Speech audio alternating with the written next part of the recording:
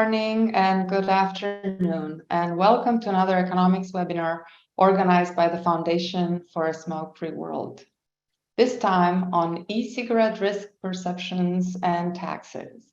My name is Patricia Kovacevic, and I will be the webinar moderator today. As always, we thank you for your participation, and we're looking forward to a distinguished group of 2 presenters and 2 discussants. Following the 2 keynote presentations, we will commence a panel discussion. Of course, the views expressed today belong exclusively to the respective presenters and do not necessarily reflect Foundation views on a particular topic. But first, a couple of housekeeping items as always.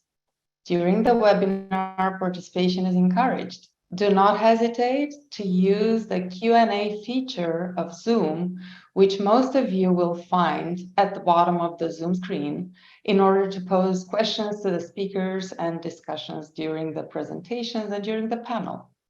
We will do our best to address all questions, bearing in mind that your answer might be in the latter part of the presentation you're watching. Our first presenter today is Professor Kip Viscusi. Professor Viscusi is Vanderbilt's first university distinguished professor with tenured appointments in the Department of Economics and the Owen Graduate School of Management, as well as the law school. Professor Viscusi is the award-winning author of more than 30 books and nearly 400 articles, and I would strongly encourage you to look up some of his work and try to read it because it's extremely informative and interesting. I did that and I don't regret it, most of which deal with different aspects of health and safety risks. And his path-breaking research has addressed a wide range of individual and society responses to risk and uncertainty, including risky behaviors, government regulation, and tort liability. Professor Viscusi will present today a Bayesian analysis of e-cigarette risk perceptions in the United Kingdom. Professor Viscusi, the floor is yours. Thank you, Patricia. Thanks also to Alan Mathios and Don Kenkel for co-hosting this, and the Foundation for a Smoke-Free World for putting this on. I first got interested in this topic because, like many of the people tuning in, I've done a lot of work on cigarettes. So 30 years ago, I had a book on called Smoking, Making the Risky Decision. 20 years ago, I had a book called Smoke-Filled Rooms, a postmortem on the tobacco deal, as well as a variety of articles on cigarettes. And much of the focus of my work has been on how people perceive the risks of the product. So what I'm going to talk about here today, in some respects, can be viewed as a sequel, looking at how people perceive the risks of e-cigarettes, and then to what extent are they conditioning these beliefs on what they think about the risks of cigarettes. I've done a couple of previous papers on risk beliefs for e-cigarettes, one in the 2016 American Journal of Health Economics using 2014 US data, and one in the 2020 Journal of Risk and Uncertainty using 2019 US data. So why is this interesting, today? So what are we going to learn that's new? Well, it's a different country. Instead of the United States, it's the UK. But more importantly, it's a different informational environment. So in the case of the United Kingdom, there's been a much more favorable attitude toward e-cigarettes from the part of the public health authorities. Next slide, or I don't see any slides. So the first slide. So this is what I'm going to be talking about today. So I'll be doing using a standard Bayesian model to analyze how people update their risk beliefs regarding e-cigarettes, where I assume that their prior beliefs are driven largely by what they think about cigarettes.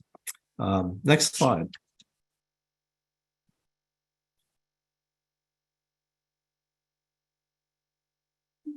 Well, the lead thing here is the first sentence is that the UK has concluded that e-cigarettes are 95% safer than cigarettes, both for the users and to others. So not only did they do research or review research on e-cigarettes, but they came up with a specific number, how much safer they are than conventional cigarettes. And 95% is a fairly, substantial risk reduction by almost any tally.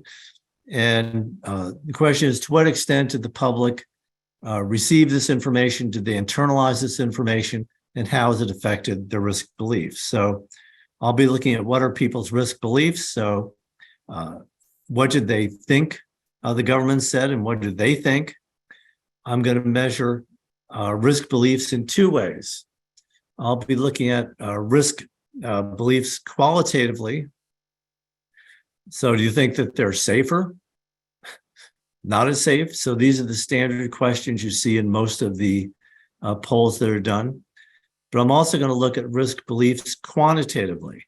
So what we want to do is get an assessment of, in absolute terms, do people overestimate the risk or underestimate the risk? And I've done this in a number of papers for cigarettes, where I found out in the case of cigarette risks, people tend to overestimate the risks of these products, at least based on the objective risk measures. And what we're going to try and figure out is, what are their risk beliefs for e-cigarettes, and are they also too high? And if they are too high, that will affect their decision to switch from the much riskier product of conventional cigarettes to e-cigarettes. The general issue I'll be asking is whether the risk communication effort has succeeded. And we'll see it succeeded a little bit, but not entirely. So there's been some effect of the provision of information to consumers, but there's still substantial and incredible anchoring on what people think the risk of cigarettes are, and they're carrying over that risk belief to e-cigarettes, even though the risks are, in fact, quite different.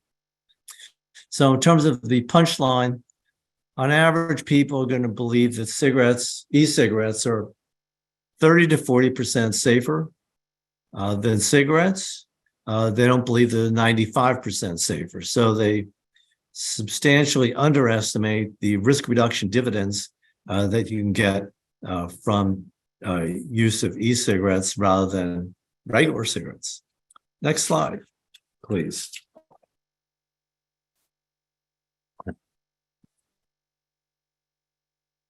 Let me start off. I'm starting off with some of the skeptics with respect to the e-cigarettes. So the National Academy of Sciences in the United States, I'd call their endorsement of e-cigarettes at best was muted. So I pulled out the quote from them. Laboratory tests of e-cigarette ingredients, in vitro toxicological tests, and short-term human studies suggest that e-cigarettes are likely to be far less harmful than combustible tobacco products. However, the absolute risk of the product cannot be unambiguously determined at this time. Long-term health effects of particular concern for youth who become dependent on such products are not clear. So it's less than a ringing endorsement, and certainly not as strong as what we're going to see the UK has said. The World Health Organization has also jumped in on this, and here's a quote from a tabloid in the UK, The Sun, and this quote's from the month before the survey was run in March 2020. E-cigarettes are not safe and do increase the risk of heart disease and lung problems. That's the conclusion of the World Health Organization as they issued their latest hard-hitting warning about vaping. And then the World Health Organization itself, they concluded, quote, these products are harmful to health and not safe. Use increases the risk of heart disease and lung cancer. So there's no touting or praise of the relatively lower risks of e-cigarettes, rather just simply focusing on whether e-cigarettes are a completely risk-free product, which is not the main concern of consumers are considering, well, do I switch to e-cigarettes from smoking cigarettes? Next slide, please.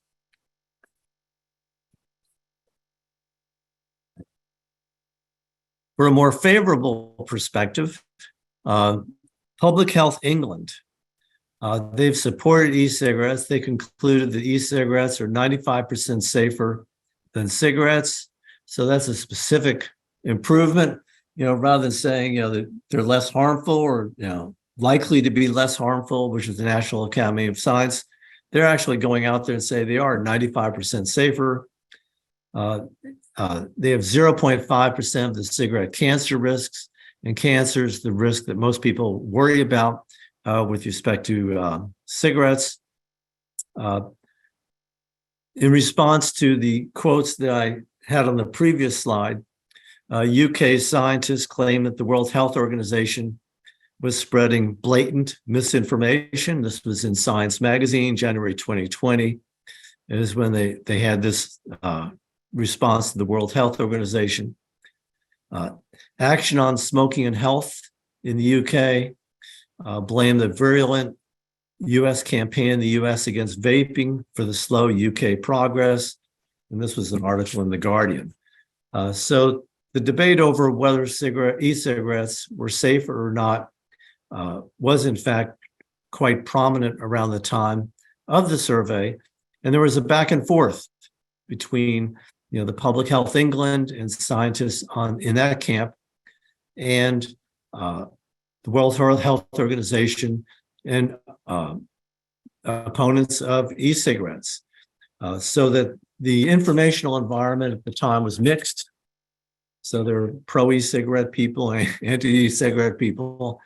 And the question is, when the dust settled, what are people's risk beliefs regarding e-cigarettes? Next slide, please. Well, the general approach I use for thinking about the risks and conceptualizing them is a standard Bayesian model. So e-cigarette risk beliefs, how risky are e-cigarette risk beliefs? This can be some weighted average of your prior risk beliefs. So what you think the risks are before you receive information, and the new risk information you've received could be from Public Health England, it could be other sources that you've read. And the question is going to be, what's the weight that people place on these different types of information? So Public Health England, and I'll use that as the proxy for risk information that's favorable to e-cigarettes. There's going to be little effect of this if people place a low informational weight on that information. So the informational weight, if you think of a Bernoulli urn, it's like the fraction of draws from the Bernoulli urn of all the information that you've got that are associated with that information source. So a low informational weight would make people disregard it. Another reason why it may have little impact, people may not believe the 95% reduction number. They may think the number's a whole lot less. So you can have a little effect of the information if either people believe the percentage associated with the risk information that's being provided is much less than 95% reduction, or if they place a low weight on this information. As it turns out, you can actually estimate the informational weight. So what fraction of the informational weight do they place on cigarette risk beliefs, what I'm going to be using as their prior risk beliefs, and the other information they've got. What data do I have? So we have risk beliefs for e-cigarettes, and following my past work on smoking, I'm going to use risk beliefs regarding lung cancer, which is the most prominent cigarette risk, and total mortality. We'll also elicit cigarette risk beliefs for this sample, both lung cancer and total mortality. And ask people, what percentage risk reduction do you think e-cigarettes provide? And that question will be done both with respect to what do you think the public health authorities are saying? Then based on that, what do you think the risks are? What's also going to be interesting, we can compare the quantitative responses to the qualitative questions. There are a lot of qualitative surveys out there where you ask people a question, do you think e-cigarettes are less harmful? And let's say people say, yes, I think they're less harmful. What does that mean? Does that mean that they properly assess the risks? Does that mean they overestimate the risk, underestimate the risk?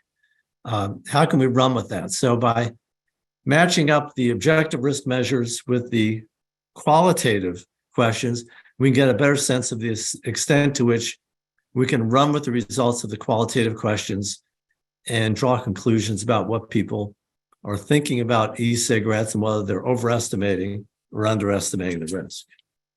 Next slide, please. What's the data? So I used the UK Qualtrics panel for March 2020. So this is done in early March before the lockdown happened, but COVID was very much in the air. 1,041 adults age 18 and over did the survey. It was 46% male. Age 39 was the mean age, or the median age, so it's younger than the typical the UK adult population. 90% of the respondents were smokers. This is slightly higher than the 15% rate generally in the UK. And during this time period, 2020, vaping in the United States, in the UK, had dipped a bit. So it was 7.1% overall in 2019, dropped to 6.3% in 2020. So there was some effect of the pandemic there on vaping rates. Next slide, please. Okay, these are the three key questions about risk beliefs. The first two use a denominator of 100. I'm trying to elicit what's the probability of different health outcomes that people think, and asking people about a concrete denominator out of 100 is much more effective and works better than saying, what is the percentage? People actually don't do well with that, but if you give them a concrete denominator, they can think about that. Given the risk level posed by conventional cigarettes, risk out of 100 is a plausible or reasonable denominator in terms of eliciting the risk beliefs. So if it was a risk of, a rare thing, what's the risk of being hit by an asteroid tomorrow? You probably want a different denominator than 100, but the risks of cigarettes are sufficiently large that risk out of 100 is a great denominator. And the first question, we have parallel questions for cigarettes, dropping the E off it. Out of 100 people who smoke e-cigarettes, but do so just as often as they would conventional cigarettes, how many of them do you think will die from lung cancer because they smoke? Second one is just same thing. How many think will die from lung cancer, heart disease, throat cancer, or any other illness because they smoke? So these are the two objective risk questions. And the next one is, how would you compare the risk of smoking a typical e-cigarette to smoking a conventional cigarette, assuming that the person smokes just as often? Much less risky than conventional cigarettes, somewhat less risky than conventional cigarettes, just as risky as conventional cigarettes. We left off an S on as, but just as risky, somewhat more risky than conventional cigarettes, and much more risky than conventional cigarettes. Next slide, please. I also had questions about whether they got the Public Health England message. So have you seen or read statements by Public Health England that e-cigarettes are not risk-free, but are less harmful than regular cigarettes? Then the two questions based, what percentage reduction do you think these public health officials claim are associated with e-cigarettes? Then based on everything you've heard, what do you believe is the percentage reduction in harm achieved by smoking e-cigarettes? So these are other questions to get at people's risk beliefs. Next slide, please.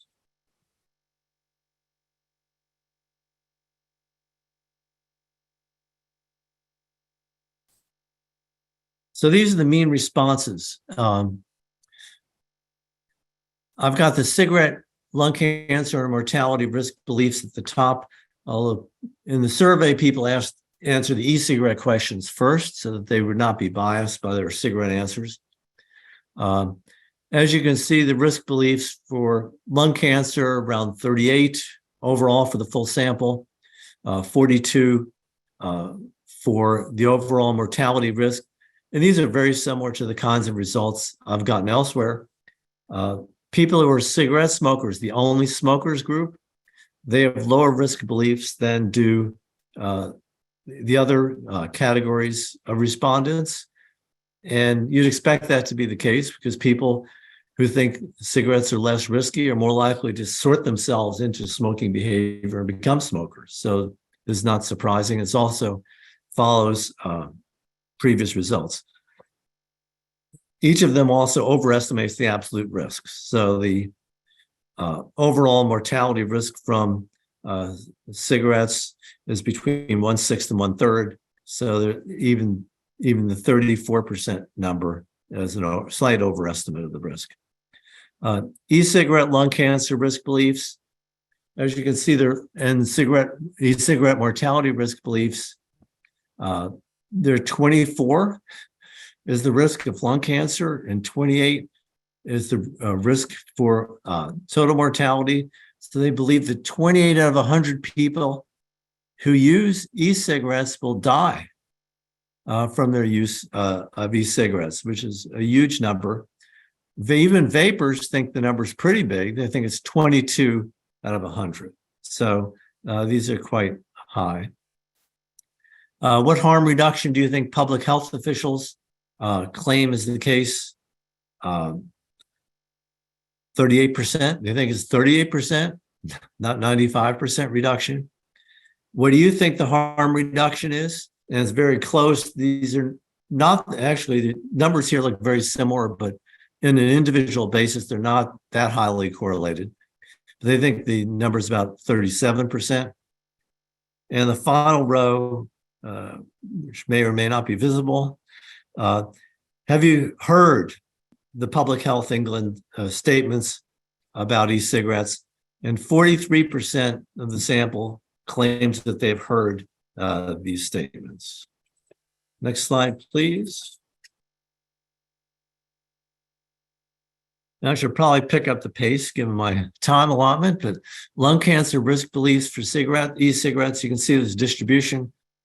And 21% think it's less than 5 chances out of 100 of getting lung cancer, and that's the right answer. Everybody else is overestimating the risk, and some people 2% think that you're definitely going to get it. And the results for total mortality risks are similar, so I'm just going to do lung cancer. Let's see what they look like for cigarettes to compare it. Next slide, please. So you can see this distribution for cigarettes is shifted to the right. So people do generally think cigarettes are riskier than e-cigarettes. Only 7% of that group of respondents think the risks are less than 5 out of 100. The actual risk is a little bit higher than 5 out of 100, but so they're not far off. But there's clearly a difference in the distribution of risk beliefs for cigarettes and e-cigarettes, and it goes in the correct direction. Next slide, please. What do people think the harm reduction is? And the biggest, first of all, they're all over the map here. So, the percentage who think that, it's 100%, there's 2% of the sample thinks it's 100%. Another 3% think it's between 90 and 99%. Well, that 5% at the upper end, these are the ones who are in line with what Public Health England says. Everybody else is overestimating the risk. The biggest spike is down the middle, in part because 50% is a very salient number when you're answering surveys. But still, it's only 17%. It's not that much of a spike.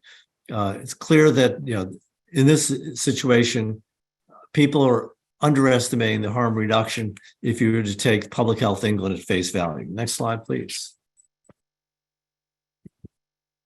The overall pattern of risk beliefs is the mean. You compare the mean e-cigarette risk beliefs to the mean cigarette risk beliefs, and the ratio of the mean is like essentially 34% to 43%. Ratio of the mean e-cigarette beliefs for total mortality, 29% to 43%. 1% of the sample indicated a 95% reduction, and we already covered the 6% are in the high end range. So for the most part, people think the risk reduction is about a third. Next slide, please. So let's do some regressions. So the dependent variable is your e-cigarette risk beliefs, but out of 100, risk out of 100. And then we'll do one for lung cancer risks, one for mortality risks, where the prior risk beliefs is picked up by the cigarette lung cancer risk beliefs.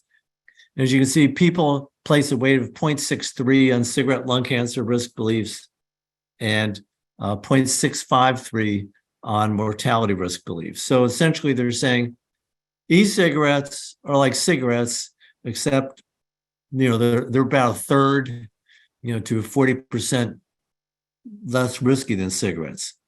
The constant term, which would pick up any other risk information, is close to zero, which is great from one standpoint, that it's not boosting the risk beliefs even more. And you'd expect it to be low, given the risk information provided by Public Health England. Next slide, please.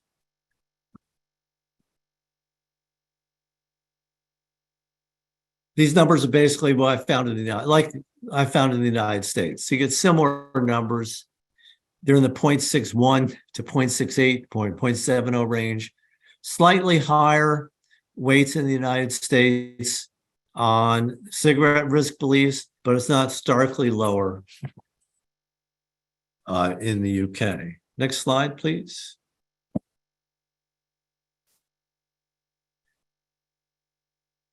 Once again, e-cigarette lung cancer and mortality risk regressions.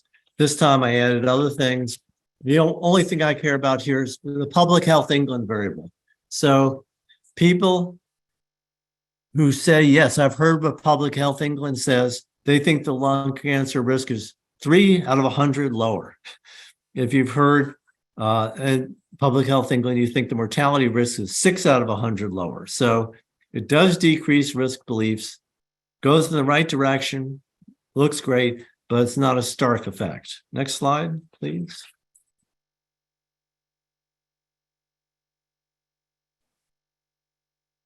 And I'll skip it because we're running out of time. Let's go to the next one.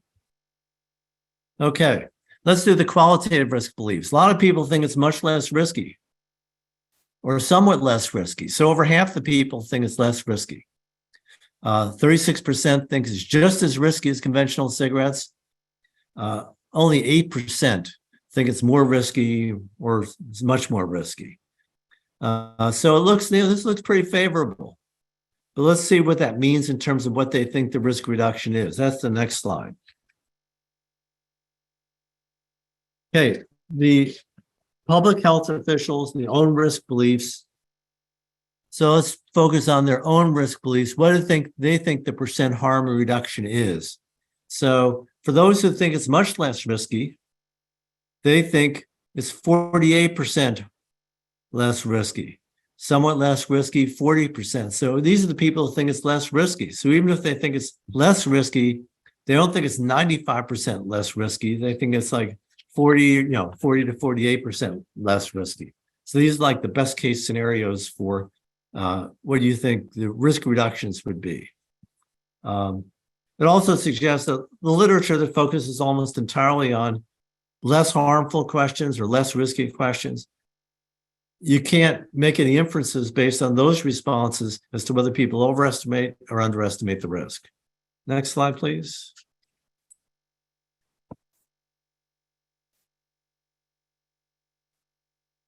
The short version of this is the risk beliefs go the way you think. People think it's less risky if they have high cigarette risk beliefs, and it'll be reduced by your e-cigarette risk beliefs. Let's go to the next slide, just because of time. Conclusion, what do we get out of this? Well, about only half the respondents, but having half received the Public Health England message is still pretty good. Unfortunately, smokers were the worst performers in terms of receiving the information, which is, we want them to actually be the ones who get it. The perceived risk reduction is well below 95%, 30 to 40%. Why might this be the case? Well, there's been a media debate. There's different sides. The World Health Organization and other groups have taken a quite different perspective on this.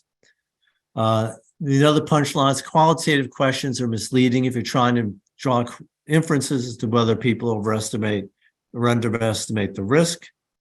For people who receive the message, their perceived reduction is greater, and that's good. So it suggests that people can learn and process information that they've been given.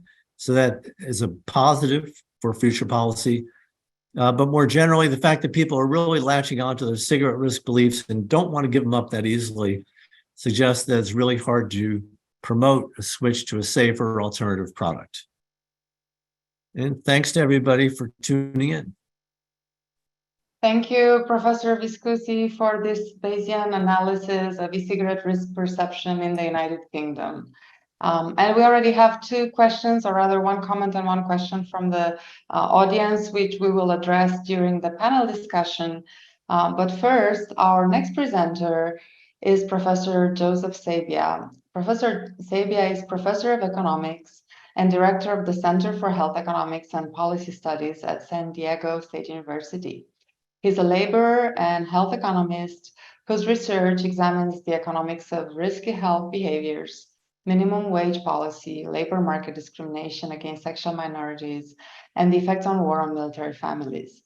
His work has appeared in very distinguished journals, such as the Journal of Health Economics and also the American Economic Review, as well as the National Tax Journal. Dr. Sabia's work has been cited in the Wall Street Journal, New York Times, Washington Post, and USA Today, and he has received funding support from, among other, the National Institutes of Health and the Charles Koch Foundation. Professor Sabia will present his research conducted jointly with several other scientists and published in 2023 in the Journal of Health Economics under the title Intended and Unintended Effects of E-Cigarette Taxes on Youth Smoking. Professor Sabia, we have the pleasure to invite you to present your research now. Thank you so much. Share my slides. And everyone's seeing that okay, I hope. So this work, thank you so much for the opportunity to be here to present this work, which is joint with Rahi Abouk, Chuck Kortemanch, Dobble Dave, Bo Fang, Abby Friedman, Catherine McLean, Mike Pesco, and Sam Safford.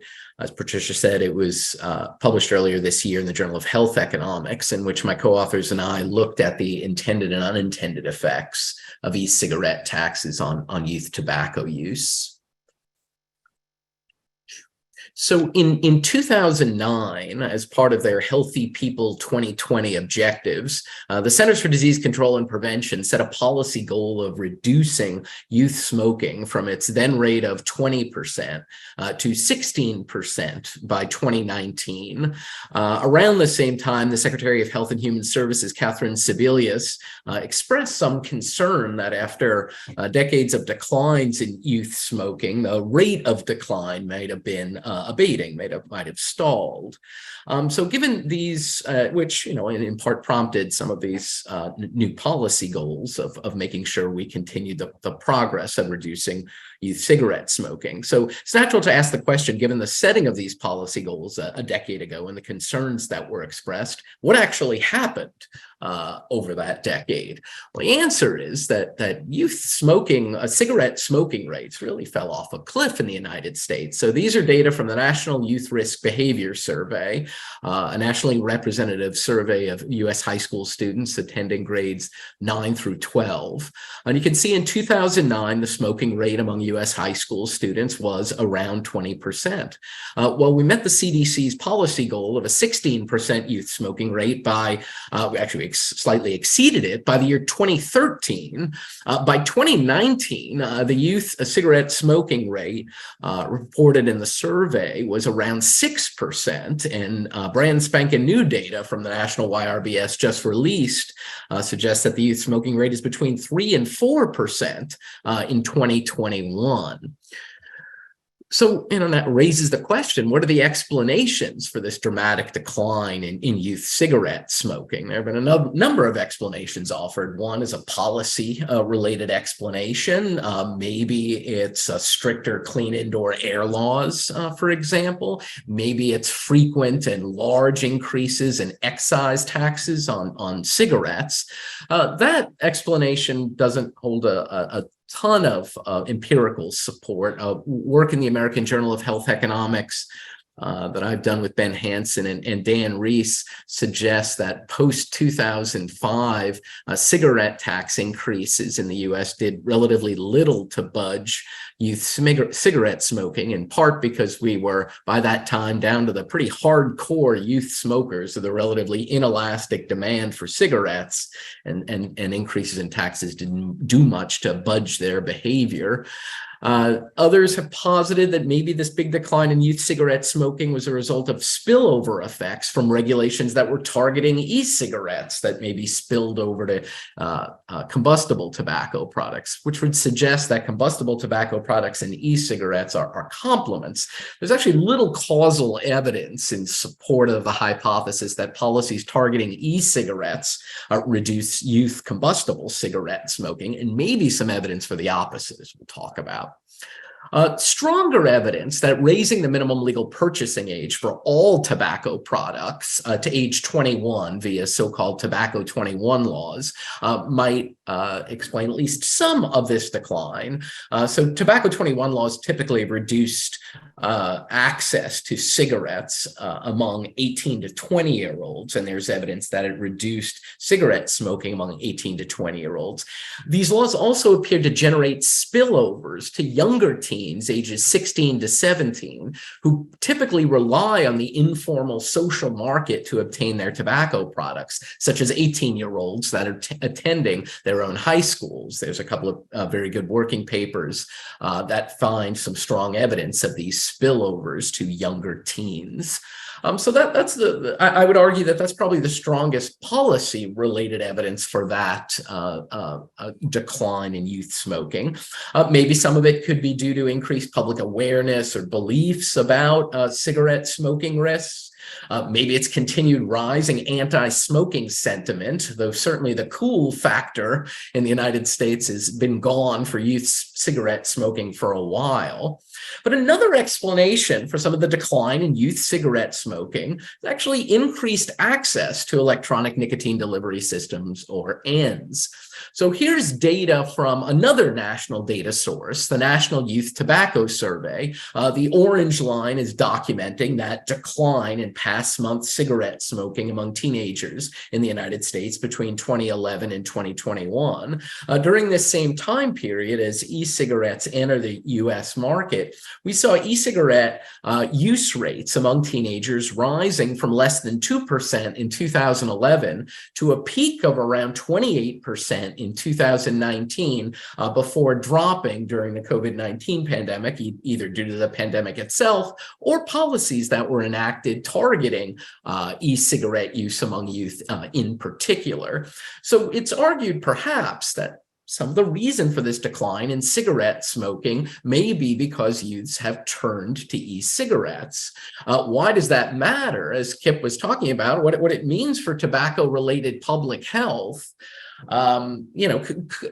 could be substantial. I mean, I would argue that the current scientific consensus is that ends use is less dangerous than combustible tobacco products, which kills about 500,000 Americans annually.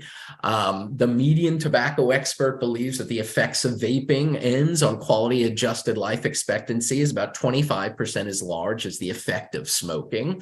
More modestly, as Kip talked about, the National Academies of Sciences, Engineering, and Medicine conclude at least that e-cigarettes appear to pose less of a risk to an individual than combustibles, because in part that the aerosols from e-cigarettes contain fewer numbers and lower levels of toxicants than combustible tobacco products. So this really boils down to what is the counterfactual to youth ends use. If it's abstinence from all tobacco products, then maybe ends use among youths is, quote, bad for tobacco-related public health.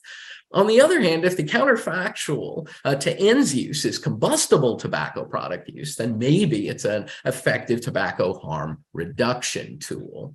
Nonetheless, there have been a number of policy strategies that have been designed to reduce ends use with a particular eye toward reducing youth ends use.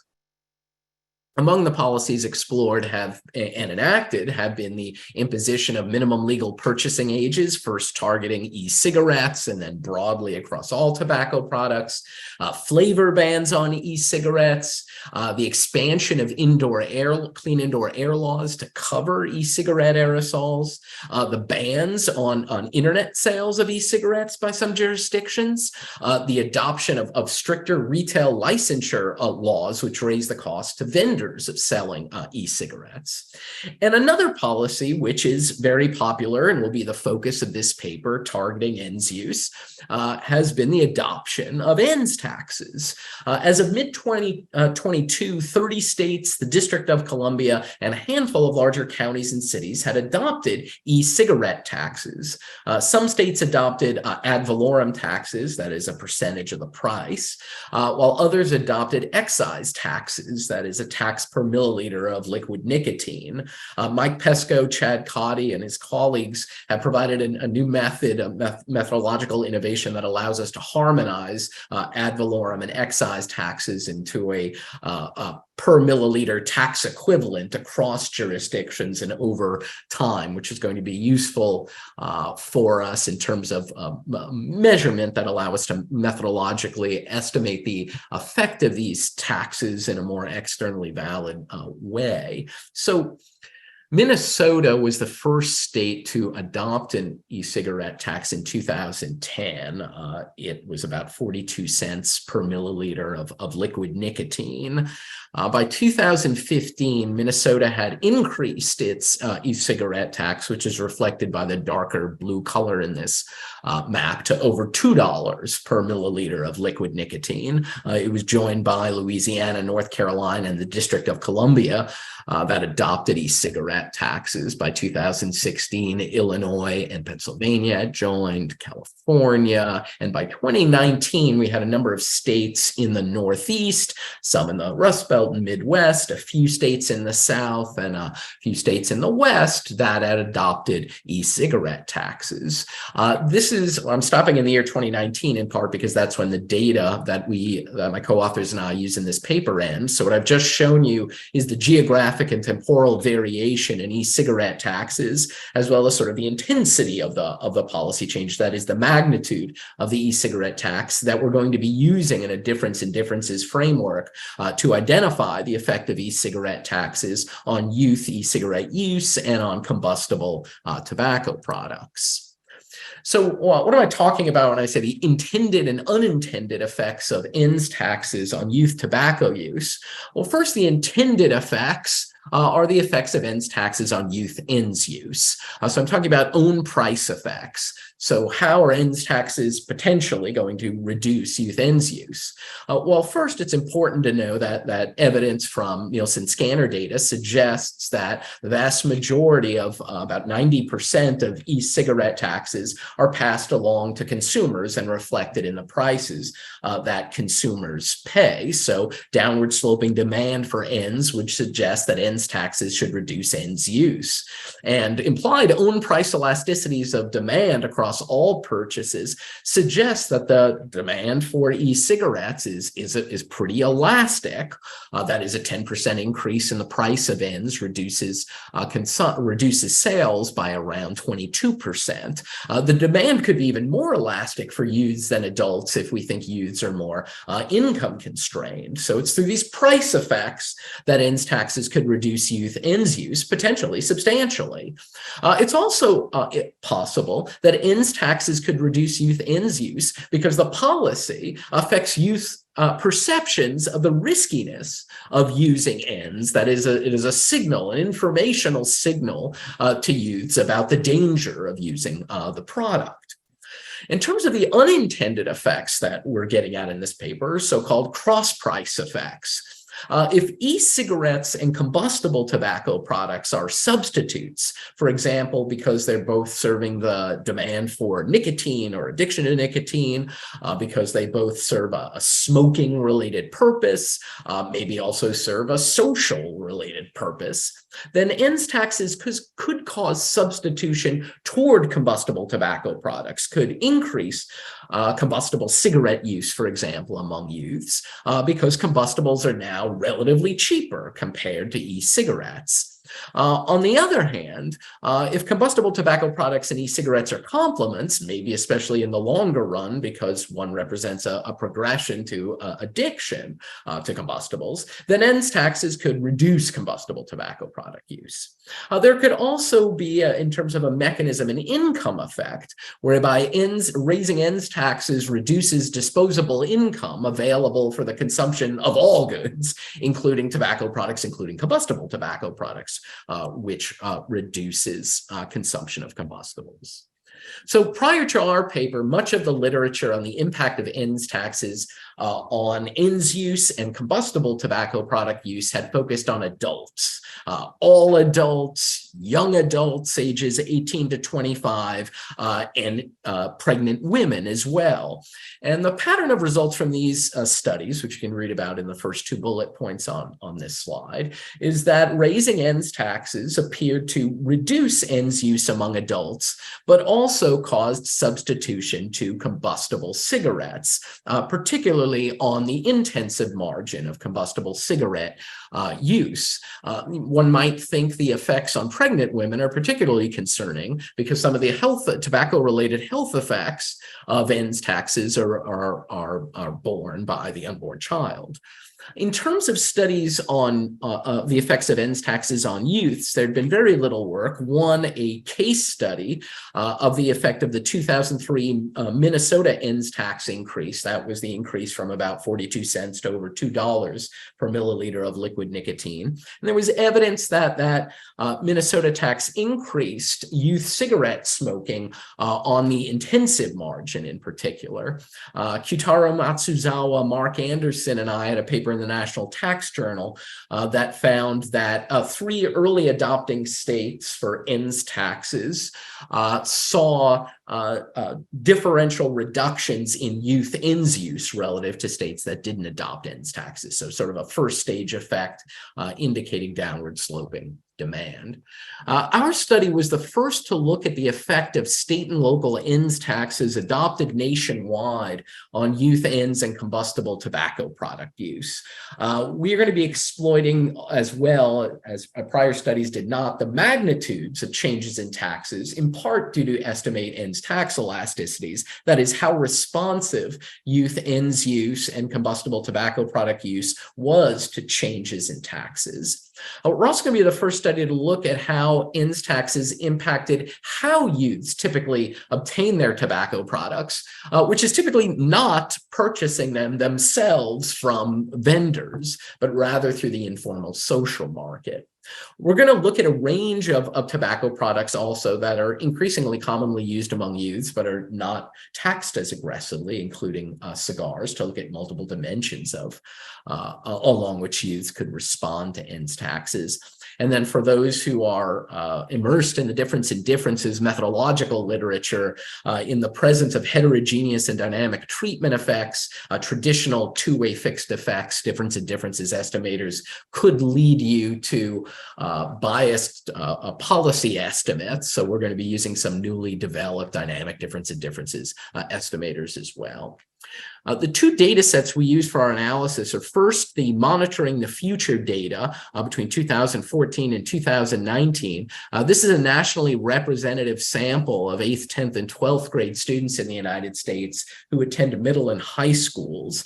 And we're going to be looking at youth ENDS use as well as combustible tobacco product use, including cigarette and cigar use, as well as consumption of combustible tobacco products on the intensive margin, heavier use. The monitoring the future data are also useful in that they ask teens questions about their perceptions of the health risks of being a regular user of ENDS. And we're interested in whether this policy change, an increase in ENDS taxes, affects youth's risk perceptions. We're going to supplement our analysis of the MTF data, the monitoring the future data, with data from the national and state youth risk behavior surveys between 2015 and 2019. These are nationally representative samples of 9th through 12th graders in the United States, and which are also going to measure ENDS use among youths as well as combustible tobacco product use. And one of the advantages of the YRBS survey is that they provide information on how respondents typically obtain their ENDS products. That is, do they typically get them from a retail source, buying them themselves, or getting a third party to purchase their ENDS products for them, whether they purchase them off the internet, get them via informal social sources, or get them in some other way. The vast majority of youth users of ENDS are obtaining their ENDS products via informal social sources. That is, bumming and borrowing their e-cigarettes, getting them from a family member. So these are the means in the monitoring the future data where we find that about 15% of our sample of youths were current users of electronic cigarettes over the 2015 to 2019, and about 6.5% were cigarette smokers. And you can see the difference in means across treated states that had adopted ENDS taxes and untreated states that had not. The measure of whether youths perceive the risk of regular ENDS use as greatly risky suggests about 20% of the sample believes there's a great health risk associated with regular use of ENDS. These are the means in the Youth Risk Behavior Survey data, where we find about 20% of respondents are current ENDS users, and about 8% were current cigarette smokers. I draw your attention to the bottom half of the screen, where we describe the sources, the usual sources of ENDS products for those who are using ENDS. And as we said, we find the vast majority of those who are using ENDS are getting them from some informal social source. Over 60% are. About 20% are getting them from a retail source, and the vast majority of that 20% is via getting a third party to purchase those ENDS products for them as well. So our main empirical methodology is going to be a two-way fixed effects model, where we're going to regress our measure of youth ENDS or combustible tobacco product use on the presence of an ENDS tax in that jurisdiction at that time. We're going to control for demographic characteristics and then control for a set of other tobacco-related public policies that could be enacted contemporaneously with ENDS taxes in order to disentangle the effect of ENDS taxes from things like minimum legal purchasing ages for e-cigarettes and combustible tobacco products, clean indoor air laws, product packaging regulations, retail licensure requirements. We'll also control for policies that are related to goods that could be complements or substitutes for tobacco, including alcohol and marijuana. We'll control for economic conditions, and then, of course, control for state and time fixed effects. And in the case of the monitoring the future data, we can get lowering control for county fixed effects. So these are our main sort of first stage results on the effects of ends taxes on ends use among youths across both data sets. The results in the monitoring the future data are in the first three columns, and the youth risk behavior survey results are in the final column. I'm also presenting the results on the cigarette tax rate, the combustible cigarette tax rate, as for comparison. So what we find is that a $1 increase in the ends tax rate in 2019 dollars is associated with a 1.9 percentage point decline in current ends use among middle and high school students in the monitoring the future data. If we look at regular ends use, we find a $1 increase in tax reduces regular ends use by about 1.3 percentage points and reduces ever ends use by about 5 percentage points. So the effect on ever ends use, changes in ever ends use are largely identified off of changes on the initiation margin. So in terms of the ends tax elasticity, this suggests that a 10% increase in the ends tax is reducing youth ends use by about 1 to 2%. If we turn to the YRBS data, we find a very similar pattern of results in column 4. A 10% increase in the ends tax is associated with a 1.6% decline in ends use. So the policy seems to be having its intended effect of reducing ends use. The policy seems to also have the effect of increasing the likelihood that a middle or high school student views regular ends use as a highly risky health activity. A $1 increase in ends taxes increases the likelihood that teens view ends as a highly risky activity by about 3 percentage points. So this, in addition to the price effect, this could be an additional mechanism through which ends taxes are reducing youth ends use by convincing them that the product is very dangerous. If we condition among ends users, we find an interesting pattern of results in columns 2 through 4 on this slide, where we find that ends taxes are most effective in reducing ends use among users who typically obtain their ends products via retail sources or other sources. But the effect of ends taxes may be blunted in part by some teens turning to the informal social market for ends. So there's an increase in bumming and borrowing ends products in response to increases in ends taxes. Now, turning to combustible tobacco product use, that is cigarette use and cigar use, here we're looking at the unintended effects. So we find evidence that a $1 increase in ends taxes increases current combustible cigarette use by about a percentage point. It also reduces the likelihood that teens are smoking half a pack of cigarettes a day by about half a percentage point, and the likelihood of being a current cigarette or cigar user by about 1.2 percentage points.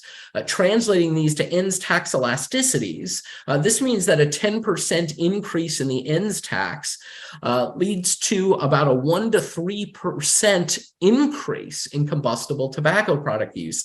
This is consistent with the hypothesis that electronic cigarettes and combustible tobacco products, cigarettes and cigars, are substitutes. We find a similar pattern of results in the youth risk behavior survey in the final 4 columns on this table. There, the magnitudes on the point estimates are very similar to the first 3 columns. They're not statistically distinguishable from 0, but that's largely because they're much less precisely estimated.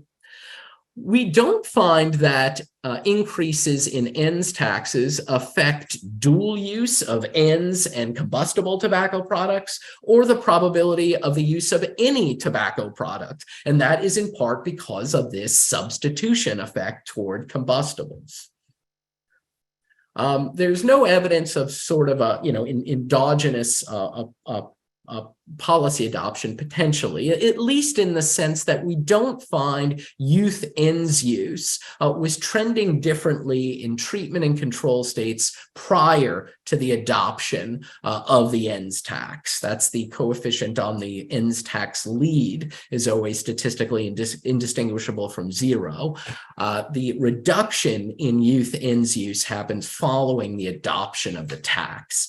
Because data collection on youth ends is relatively recent, we can't do sort of the usual full-blown event study where we can provide a range of sort of coefficients across lead periods, but this is the best we're able to do given the data limitations.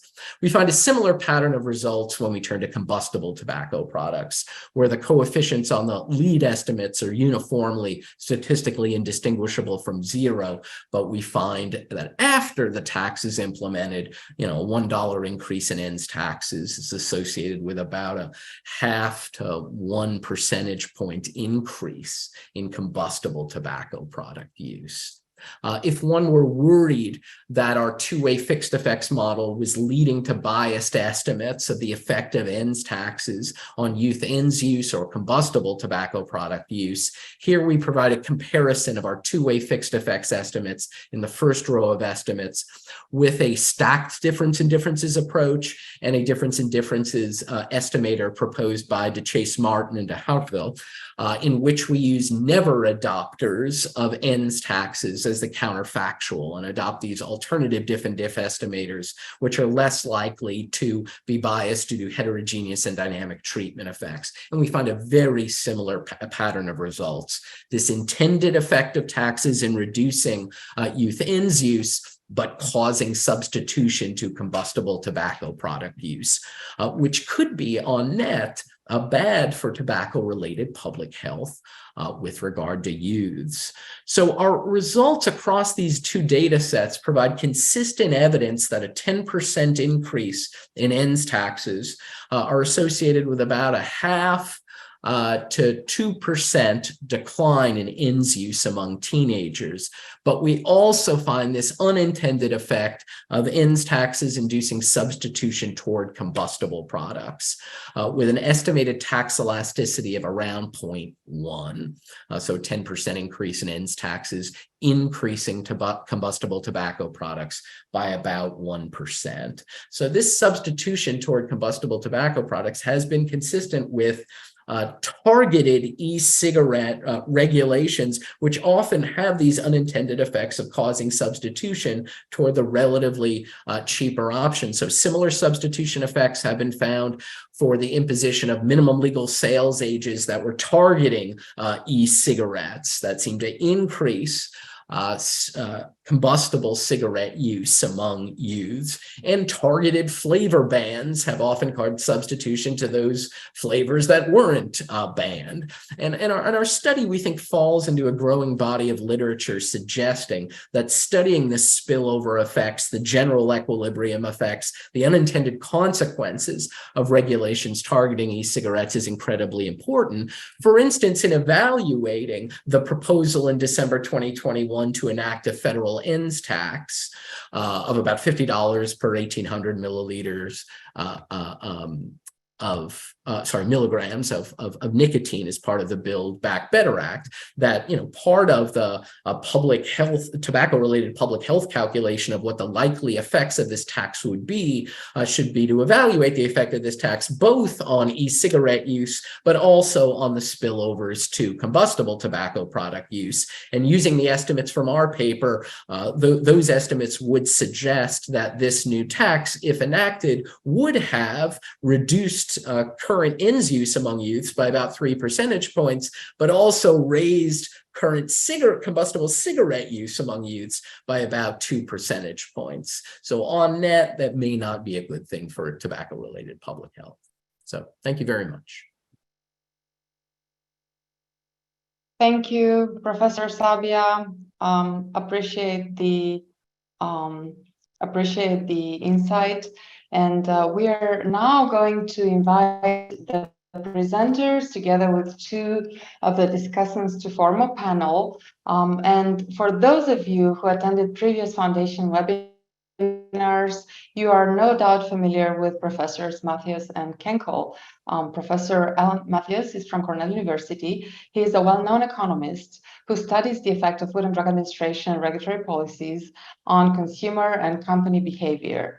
Also intervening today, and member of the distinguished panel, is Professor Donner Kenkel, who is Andrew Dixon White Professor of Cornell University with extensive expertise in areas of health economics and public sector economics. And I will open the floor to the discussion. First of all, just reminding everyone that we did have two comments during Professor Viscusi's presentation, and the comments were, one was formulated as a question and the other one as a comment, was why do the survey questions refer to smoking e-cigarettes rather than vaping e-cigarettes, when I think by now the accepted term is that you use or vape an e-cigarette and you smoke a combustible product.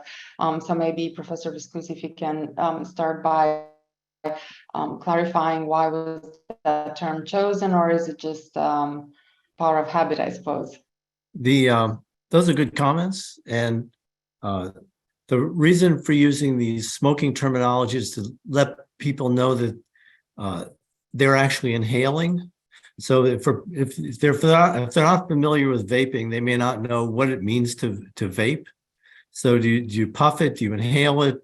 So I was trying to convey that they're using the product the same way you would a cigarette. And 3 years ago, I think vaping wasn't as common and it's understood as it is today.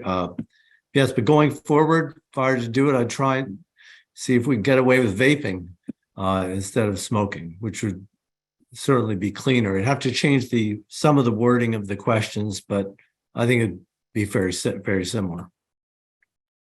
Thank you. Appreciate the question. So Professor Mathios, if you'd like to share some thoughts on the two presentations you saw to kick it off.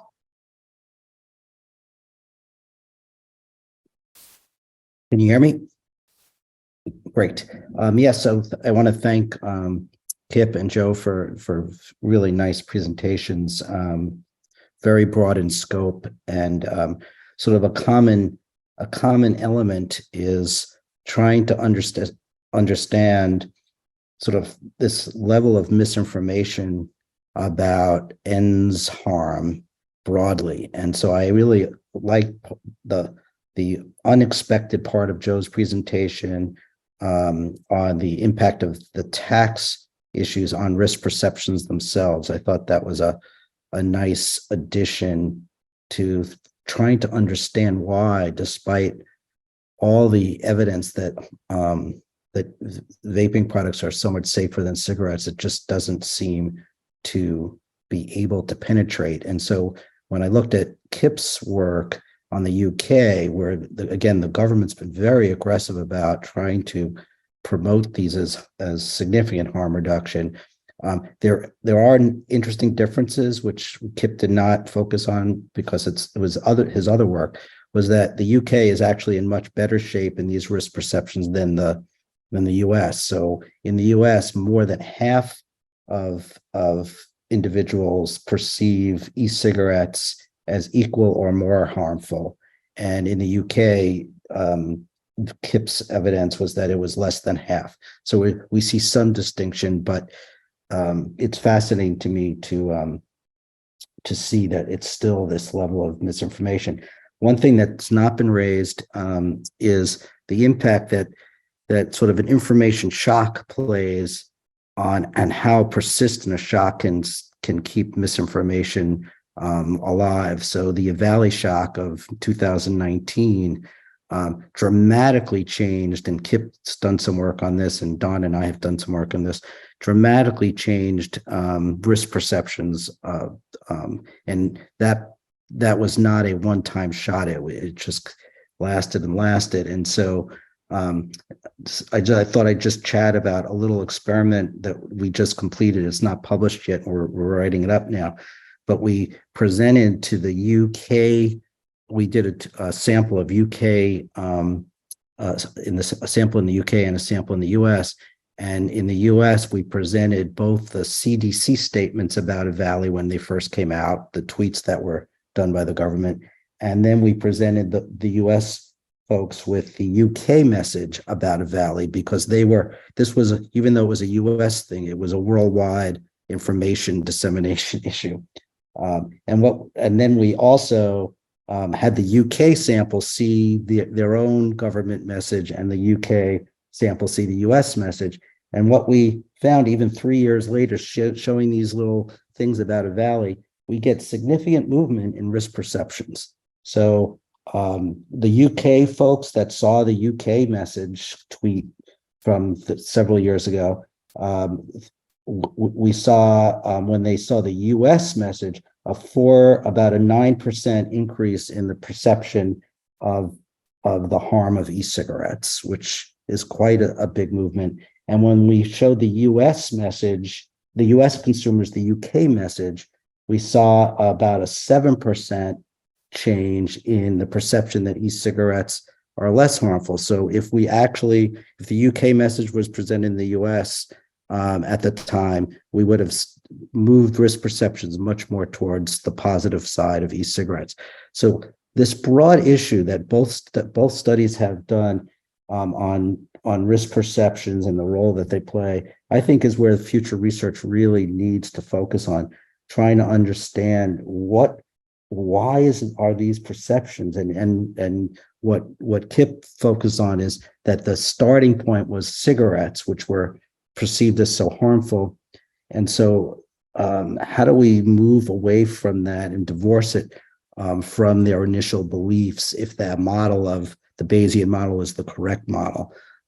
So again, I would hope the whole audience can think about how to better understand the role of misinformation in worldwide tobacco control. Thank you, appreciate it. Professor Kenkel, if you wish to add a few thoughts to what was already said.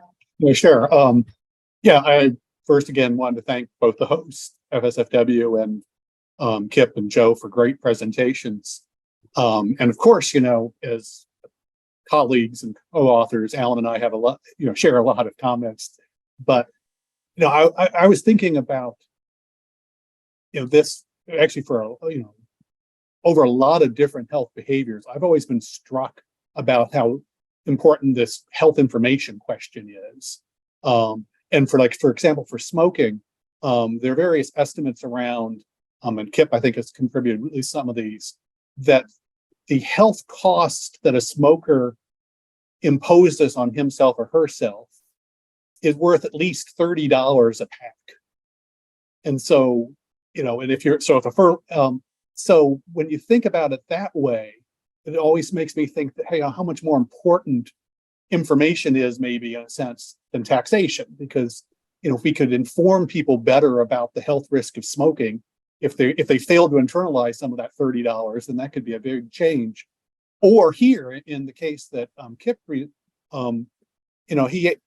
found that people on average, probably drastically underestimated the risk reduction associated with vaping e-cigarettes instead of smoking. So if it's like a 60% underestimate because of their misinformation about the risk of smoking, that's like 60% of $30. So it's like the misinformation about the risk of e-cigarettes is like an $18 tax.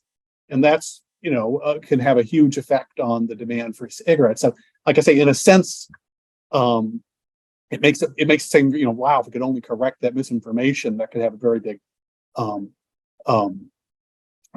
impact in the market. I mean, the flip side, of course, is, and this is sort of more what Alan was talking about, is that information is not that easy of a policy tool to use as is a tax. We can just, implement the tax and it's there.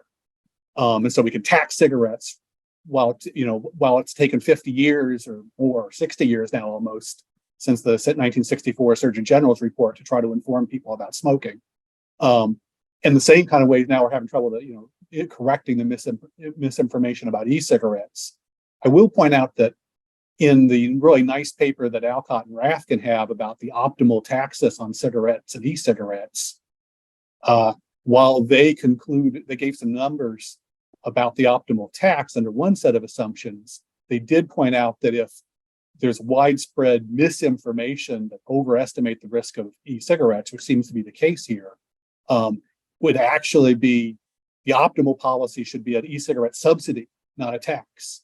And so it's that would be on average true for the average smoker or average e-cigarette user, which would be involved with mainly adults. And that poses yet another policy problem of maybe we want to somehow tax e-cigarettes for young youth while subsidize e-cigarettes for other people. That's not an impossible policy. And again, the national T21 law may have done something, but I think the connections of both these, tax and subsidy tools are very direct. Information tools are really maybe, in one level, it could be more powerful if we could only figure out how to do it. And I think I'll stop there and let other people chime in from the audience.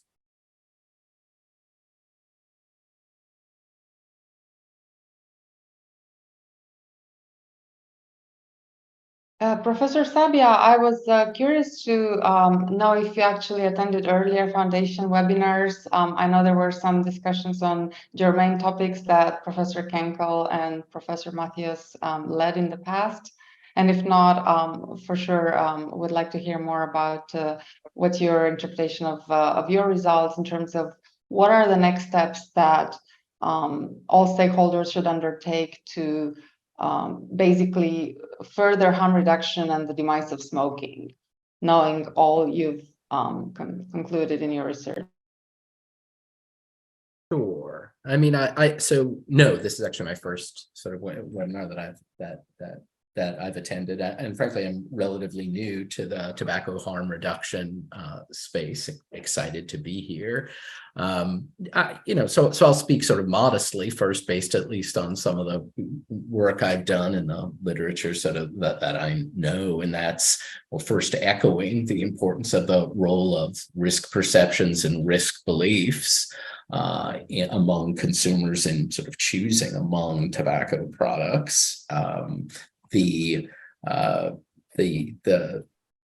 individuals sort of also trust in public health organizations to provide accurate scientific information seems to me something sort of really important for sort of policymakers to kind of think about when we're sort of losing faith in public health recommendations out of the World Health Organization, for example, or the CDC on the eValue reports. I mean, this has come up in lots of other contexts outside of tobacco control space as well, certainly during the COVID pandemic as well. So I think this is a serious kind of policy question that we need to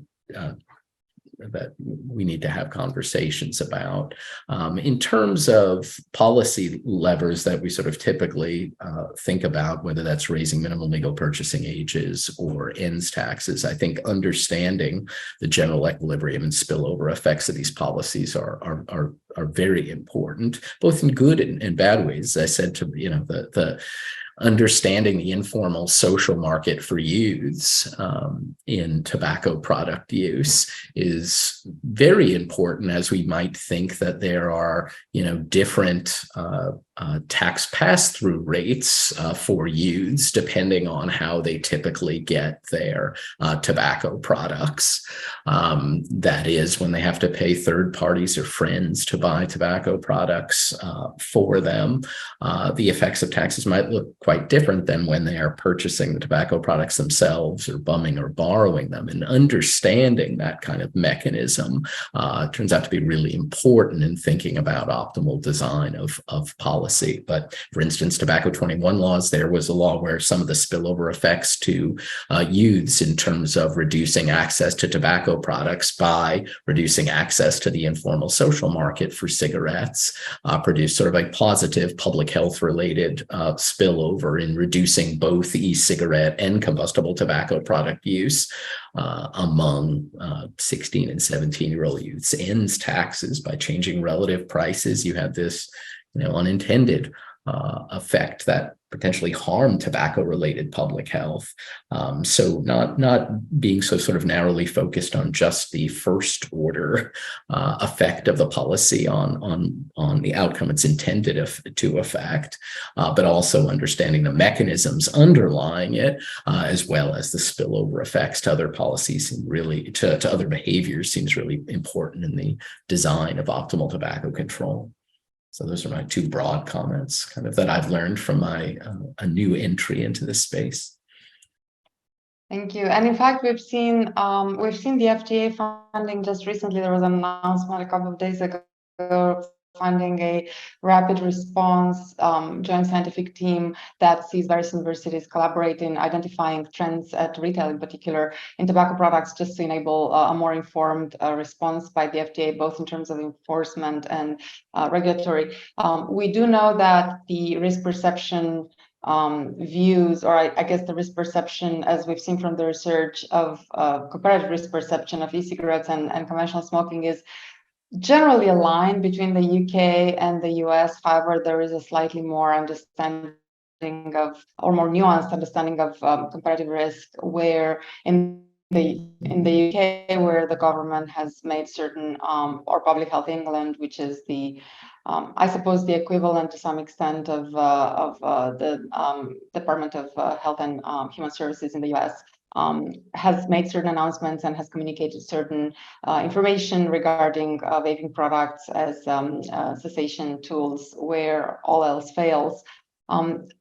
What would you say, any of the four of you, what would you say would be some research priorities that we all need to think of? Perhaps some of you are already committing resources to in the next year or so, that would further elucidate the interplay between risk perception and behaviors that are moving away from the more risky combustible products towards cessation, whether it's via a reduced risk product or directly into cessation. What are some of the research opportunities you see? And mindful of the fact that we really have about 6 minutes left, I'd appreciate a couple of words from each of you on the options and the research gaps, and perhaps some of the research you already started on in this area.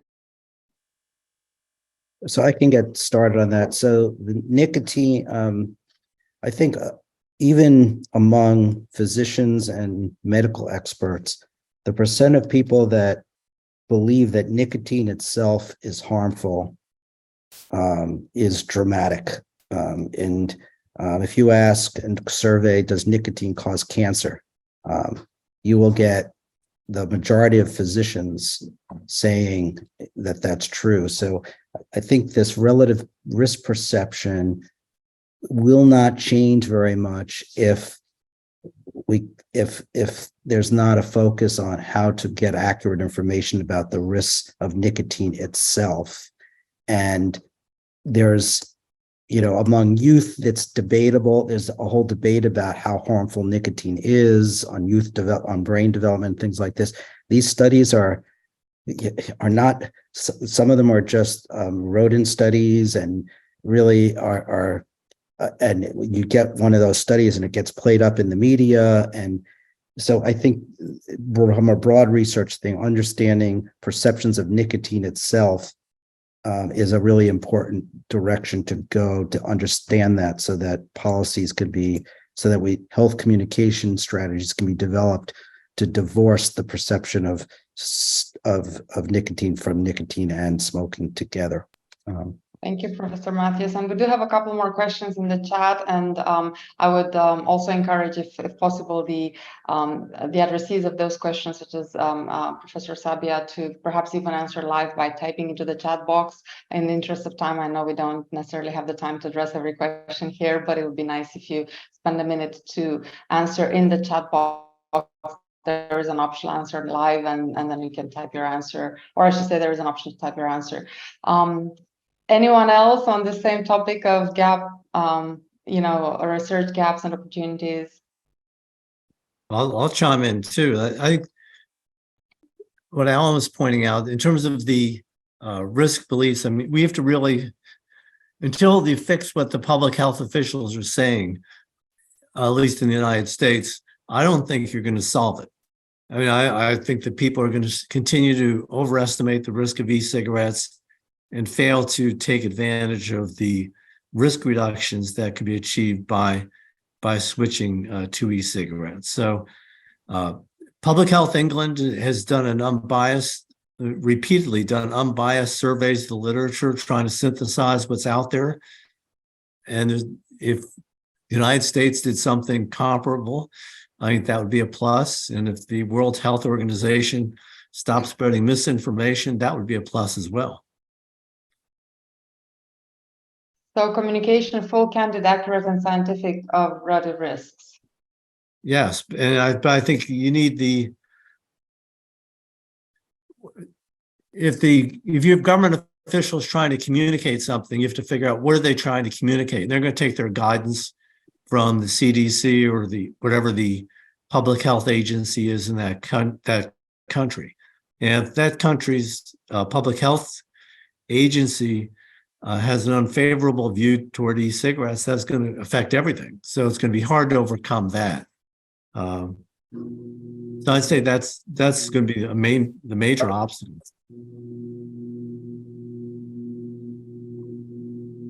Closing thoughts, perhaps from Professor Kenkel on this topic. Basically, I mean, I strongly agree with what Professors Mathios and Viscusi mentioned, and Joseph as well. The role of nicotine and nicotine replacement products is always really important. I mean, at first I was thinking that'd be like with the Bayesian learning, if we could get people to think more about e-cigarettes with the prior of, oh, they're as safe as nicotine replacement products. I guess that would be better, but actually a lot of people don't think nicotine replacement products are all that healthy because they are misinformed about nicotine. And I think that's just a continuing problem, and it can be exacerbated by other policies. I agree. I thought Joe's result about, taxing e-cigarettes to discourage youth translated into increased perceptions of the riskiness of e-cigarettes. That might be, on the one hand, a reason, helping fight the fight against youth vaping, but to the extent that they end up smoking and then they're also misinformed about the potential use of e-cigarettes to quit smoking, the whole policy has really had, very unintended and unfortunate consequences. I think a lot of these policy interactions, like the FDA policy about the very low nicotine cigarettes, I think is potentially very confusing to consumers. Because, why is the FDA going after nicotine in cigarettes if nicotine's not unhealthy? It's a very confusing message, I think, and I think it could, again, potentially exacerbate a lot of the misinformation that's out there. Thank you very much. We have reached the end of the time allocated to this webinar, and I'd like to take this opportunity to thank the presenters and panelists once again for their very valuable research and contribution, and for taking the time to share their expertise with all of us. Thanking the Foundation for organizing this event, as well as the participants that are at different ends of the planet. We are looking forward to future events and hoping that you will be able to join us. And as a reminder, a recording of this webinar will be available on the Foundation website, as well as the Foundation YouTube channel within a week or so. So check on it later. Thank you very much again. Wishing everyone a wonderful day or evening, wherever you may be, and see you again soon. Goodbye.